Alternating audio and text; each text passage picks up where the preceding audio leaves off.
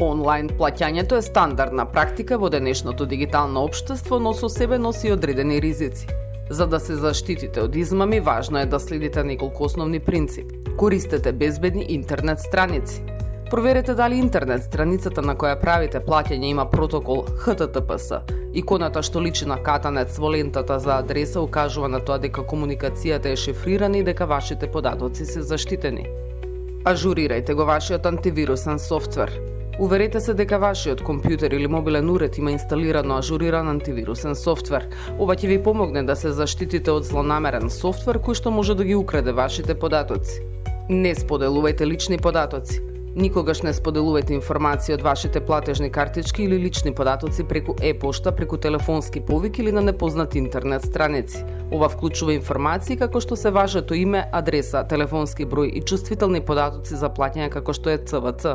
Со се поголемата дигитализација на финансиските производи и услуги се зајакнуваат и безбедносните мерки кои што ги спроведуваат финансиските институции за да ги заштитат клиентите. Едновремено потребна е поголема будност и од корисниците на овие услуги и производи, бидејќи најчесто измамите се случуваат откако самите несвесно ги откриле своите податоци. Споделувањето на личните податоци со непроверени контакти, варани и комуникации води кон можност за измами преку лажни пораки, фишинг. Корисниците на финансиски услуги и производи кои без соодветна проверка и внимание ги споделуваат своите лични податоци, најчесто стануваат жртви на измамниците кои неовластено пристапуваат до нивните платежни сметки или дигитални паричници.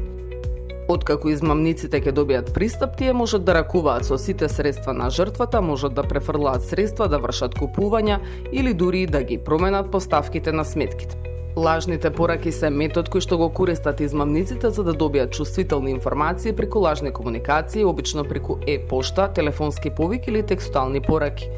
Овие пораки или повици често изгледаат дека се легитимно испратени од познати компании, банки или други институции, но всушност водат до лажни интернет страници, што изгледаат исто како оригиналните или се представуваат со лажен идентитет за да ги добијат вашите вистински податоци. Како функционираат ваквите измами фишинг? Измамниците испраќаат пораки од типот на пристигната поштенска пратка или брза заработка на пари, со кои бараат од вас да кликнете на врска и да ги внесете вашите лични податоци како што се корисничко име, лозинка или број на платежна картичка. Жртвите на овие измами може да се соочат со директни финансиски загуби поради неовластени трансакции направени од страна на измамниците. Иако банките имаат мерки за заштита од измами, враќањето на паричните средства може да биде долг и сложен процес, кој што не завршува секогаш со целосно надоместување. Во некои случаи жртвите можеби ќе бидат вовлечени во правни проблеми ако нивниот украден идентитет биде користен за незаконски активности без нивно знаење.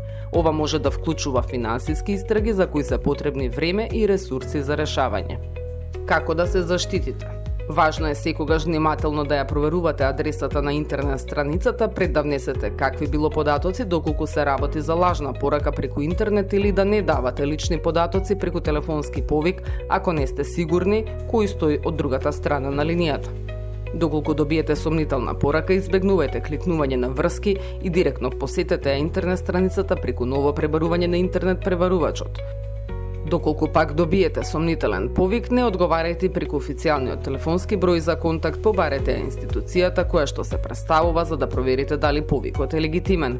Следењето на овие совети може значително да ја зголеми вашата безбедност при онлайн плаќањата и да ги сведе шансите на минимум да станете жртва на измама.